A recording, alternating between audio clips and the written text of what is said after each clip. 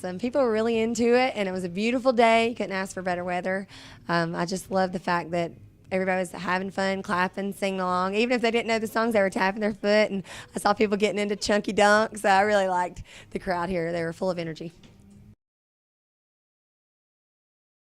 The sounds changed drastically. My first album is called Struggle Street. I think it's for a reason. But I had very low budget. I didn't know what I was doing. I had no idea. So I went to this guy who was playing guitar in my hometown because I didn't even play guitar 6 years ago. And I sang him a few songs, and he helped me put music to him. So then I was like, well, I got 10 songs. I record an album. That was what you do. And I didn't know any better. So ignorance is bliss. And I went to a studio 10 minutes from my hometown, or 20 minutes. And bass, drums, and guitar were all we put on it. It's very simple, stripped down. It was extremely acoustic driven, and so a lot of people kind of labeled that as folk. And for me, I'm country, and I feel like my music's very country, but because the instrumentation and production was more stripped down and bare bones, that kind of was a folk record. And over the years, obviously now I record all my albums in Nashville. I've got some amazing players that play on records all over, like, you know, Luke Bryan's fiddler and Carrie Underwood's pedal steel player. So just the level of talent that it's in Nashville, the recording studio quality, and obviously over the years, I feel like my songwriting has changed and developed into more commercial country and just a whole variety of styles. So I kind of like to give people a taste of that in each album. And the newest one has a huge eclectic variety from bluegrass to southern rock to really old school country to modern rock and country. Absolutely. I learned to never take no as an answer. Because I was selling cars, it was interesting because people would always ask what I did, and they were like, "You're a car salesman?" Like, car saleswoman. And getting to know people. And the cool thing about that job is no matter who walked into the lot, you can't judge a person whether they're in overalls or a business suit, because in Northern California, they could be a total millionaire, gazillionaire, walk in and pay cash for the $100,000 Hummer on the showroom floor. So never judging a book by its cover was a good lesson. And also being from a sales family, I think it's just in my genes, but learning how to negotiate has helped me absolutely have no shame when it comes to booking shows of my own. You have to sell yourself every day as an artist, as a musician, and if you don't believe in yourself, nobody else is going to buy your music or come to your show. So I think a huge part of my background, just who I am as a person, but definitely working in a dealership for 7 years, 80 hours a week, day in and day out, grinding with a bunch of older car salesmen, has also given me the ability to work with my band, who's a lot of men, and just a lot of patience and just tenacity and ability to never take no as an answer.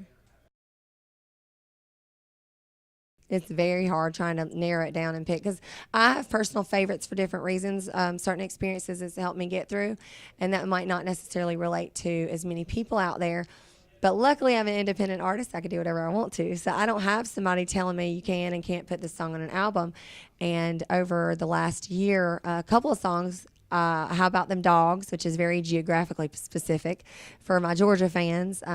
I wasn't sure if that would turn off people that weren't Georgia fans, but I was like, it's my record. I'm going to put it on there. And another song that I wasn't sure if I'd release was Chunky Dunk, because I wrote it for a guy to sing. But as I was playing it at shows and people liked it so much, they were asking me, is that on a CD? And so right at the last minute, I was able to go in and record Chunky Dunk and release it. So I like to have humor in my songs, but also serious, heartfelt songs. And you just have to really be careful when you're selecting them, but at the same time, I like the fact that I can just do whatever I want to because it's my album. Or real life, I just write personal experiences. I don't really have necessarily one thing I like to write about, because you never know what hits me. I mean, it's, anything from fun in the summer and growing up in the South and romance, whether it's good or bad. I've gotten all kinds of inspiration from past relationships.